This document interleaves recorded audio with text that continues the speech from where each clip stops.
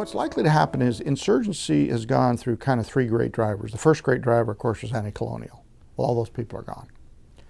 The second great driver was an argument over who would rule this old colonial boundary. This is Angola, Fapala versus UNITA.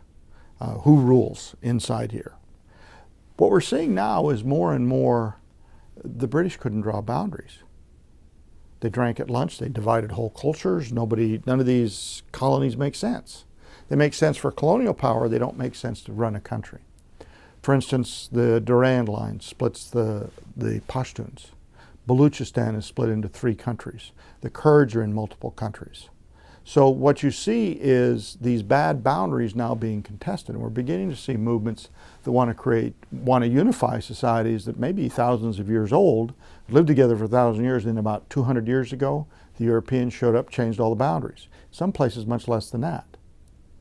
Okay, why do we have to live with this bad boundary drawn by a white guy in Europe when it doesn't work for us? So I think we're going to see more and more of that conflict.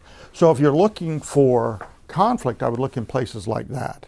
Now what will add pressure to that is demographics. If your demographics are very high and your production is low, then you've got this whole problem of young men with no employment, and that's always a problem. You've also got the problem in that Europe takes between 400 and 600 years to go from late feudal to democratic government.